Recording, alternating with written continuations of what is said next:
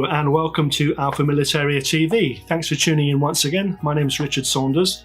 Now then, we're bringing you this video today in conjunction with Gunstar, which, as many of you will know, is an online marketplace for air rifles, shotguns and a whole range of other shooting products as well. And we're looking specifically at scopes. And in particular the ZEISS Conquest V4 range, or a couple of the products anyway. We've got a 4-16 by 50 and this is the 6-24 by 50. Now, I will admit that as an almost lifelong air gunner, I've always taken the view really that scopes, I don't need a fancy scope because I'm not really putting that much of a demand on a scope. Most of my shots are 20 to 40 meters. And I only really need a scope that is going to enable me to be accurate over those kinds of ranges and a little bit further out so that I can scan around and see rabbits in the field. But as I've started shooting FAC rifles a little bit more, and this is a 60 foot-pound Daystate Delta Wolf that I shoot slugs through. I've got a 95 foot-pound 30 caliber FX Impact, and I've got another FX Impact in 2.2 that I shoot slugs as well. I'm pushing that distance out to, shooting rabbits at 60-70 meters and shooting targets at 100 meters. And in doing that, it's made me realize that, I need to reevaluate my kind of attitude towards scopes because they could be the weak link in my setup. So that's the thinking anyway. So we're going to look at these two scopes. Now what we're going to do is we're going to go through some of the key features, zoom in on them as well, and then the weather is absolutely horrible outside, so I'm bringing this to you live from the Alpha Militaria TV studios, which also happen to be my garage. And then when the weather improves, I'm going to grow a pair, go outside, and we'll try and show you some footage through the scope. So let's talk then about this scope. Now, the Conquest V4 range has 4 different scopes in it, and they're all second focal plane scopes, and they range in magnification from 3 to 12 times out to 6 to 24 times, and the objective lens will vary from 44 millimeters, 50 millimeters, and 56 millimeters. And they're all based on a 30mm tube as well. Now, eye relief is 3.5 inches, so what's that about there? Which gives you, which is really good because it means that you can find good eye relief whether you're standing up, sitting, kneeling, even shooting prone as well. And what really impressed me with these scopes was the fact that they are so relatively compact and light. When considering the performance of these scopes, you're talking about the two scopes we have here, the 4-16 and the 6-24, are 370 millimeters long, so just over about 14 inches long, and they only weigh 650 grams. So really, really light, really, really compact as well. Now, in terms of the optical benefits, and any scope is only really as good as the image that you can see through it. And I have taken this out and just sort of looked across a field with this scope, and I have to say that the clarity of the image, even on maximum magnification, really is something else. I'll be honest, it's been a bit of an eye opener for me, literally.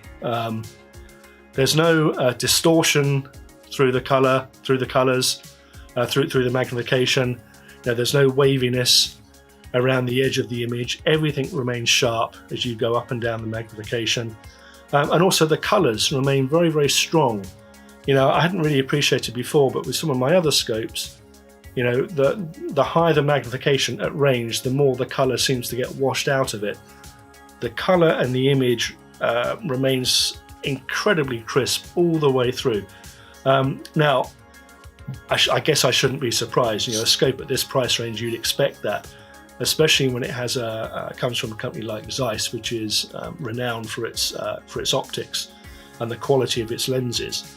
Now, all of the scopes are nitrogen purged, so they're fog proof and they're waterproof. And a large part of the reason for that quality of image comes down to the fact that in addition to the quality of the lenses, ZEISS uses what it calls its T-star 6 coating or 6-layer coating on the lenses, and that really enhances that light transmission and the crispness of the image. And in addition to that, there's another coating that goes on to repel water and dirt and help you clean the lenses very easily. Now, the combination of those quality of those lenses, the large objective lens, the 30mm tube, means that according to ZEISS, 90% of available light will get transmitted to your eye. So that means that obviously shooting when the sun starts to go down is going to be much easier because more of that available light is being transferred to you. So let's now talk about some of the mechanical features on the scope. So starting at the back, you have this diopter adjustment, and we'll show you all of these things in close-up. Now everything on here moves with a sense of kind of quality feel about it. Everything you kind of touch and you move and you adjust just feels like it's been engineered by Germans in a laboratory, which it probably was. The diopter adjustment enables you to ensure that the reticle in your image is nice and crisp and clear. And once you've made that adjustment, then you can probably forget about it. And although there's no lock on that adjustment, it's sufficiently resistant to make any accidental change to it unlikely. And even if you do, it'll take you seconds to refocus it. The Magnification Collar, again, has got that real quality kind of smoothness to it. There's an arrow up here which points to what magnification setting you're on. And if you do want a little bit of assistance for moving the collar around, you can screw in a throw lever up here, which might be of use if you're wearing gloves or something, but to be honest, it's smooth enough you don't really need it. Now the turrets. So you have 3 turrets, which is fairly standard. Now the windage turret is a pull out to adjust and push into lock kind of turret. And again, the movements are nicely weighted. The clicks are very, very subtle, but you can feel them. They're very defined. There's no vagueness about them at all. There's no kind of sense of, did I click that or did I not click that? Very, very definite. And then once you push it in, that locks it up absolutely solidly. The elevation turret on the top is more of a tactical turret. There's no lock on it. There's no pull out, push in kind of deal. It just turns. But it does so with an amount of resistance that makes accidentally knocking it pretty unlikely, I have to say. It's firm, but very easy to turn. And again, you've got that great resistance from the clicks. Now, the elevation turret will give you a range of 80 MOA movement, so plenty of adjustment there. And the windage turret will give you a range of 60 MOA movement, and both of those so one click equates to a quarter MOA movement. So you've got plenty of range there. And the elevation turret, which is the one you're going to use most to adjust for different distances, that has a ballistic stop or a zero stop. So once you've found your zero, you can ensure that as you make your adjustments, you'll always know where your zero is when you come to move it back again. Now, on the left-hand side, you have 2 collars. So the inner collar adjusts the parallax. Now, this is of particular importance to air gunners because a lot of high-level, high-range quality scopes tend to be designed to parallax down to, say, 50 meters out to infinity, which isn't really of much use to air gunners. Now, there are 2 versions of these scopes. One of them does parallax from 50 meters upwards to infinity. This one parallaxes from 10 meters up to infinity, which is really, really good for air gunners. So, if you're buying one of these, for airgun use, make sure you go for the 10 meter parallax version.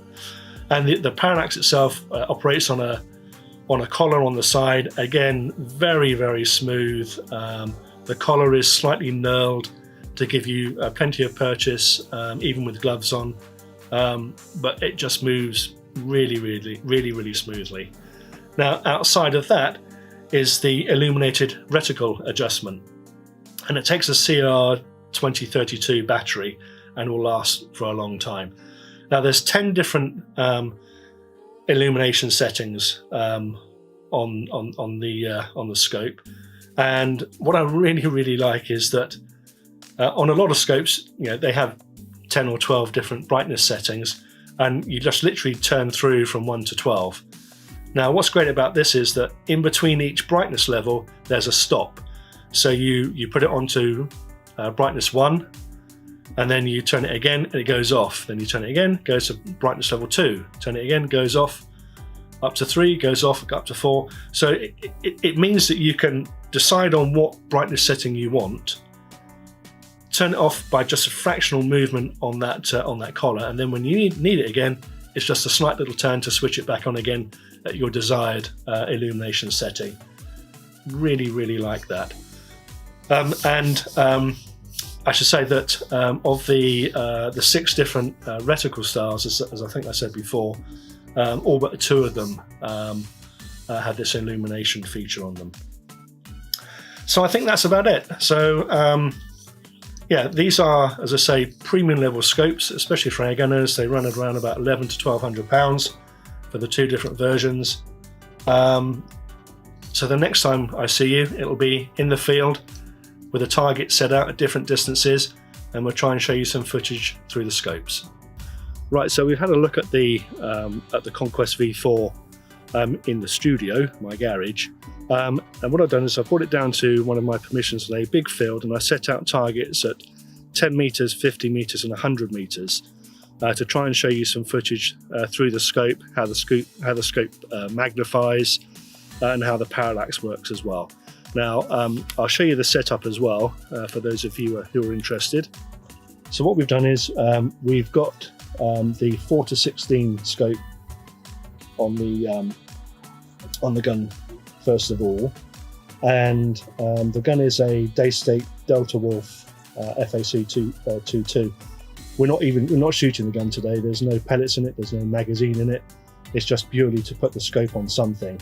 And then on the side of that, we've got a side shot phone cradle with a phone in it, so that we can record some footage through the phone. I'm going to apologise for the wobbliness now, but just to show you the range. This is our 10 meter target. That there is at 50 meters. Then the one in the far distance there is 100 meters.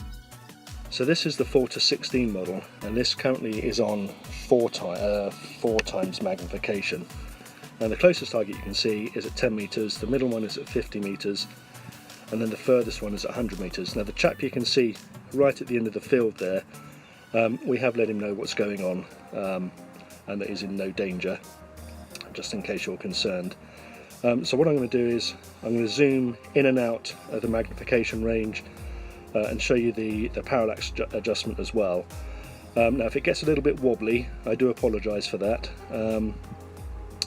but I'm not a cameraman. So let's zoom in a little bit on that 10 meter target then. So we're up to now, that's 10 times.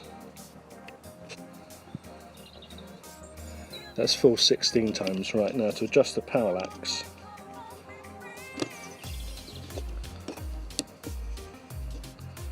Yeah, well that shows that parallax is right down to 10 meters quite comfortably, and I would say it would probably go a little bit shorter than that in actual fact, but that's 10 meters on full magnification, nice and clear, and probably at that distance you're not going to be shooting 16 times anyway, but that's 8 times magnification.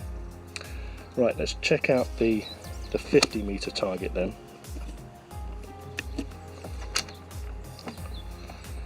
So that's our 50 meter target at 4 times. That's 7, 10 times, 12, 14, 16 times.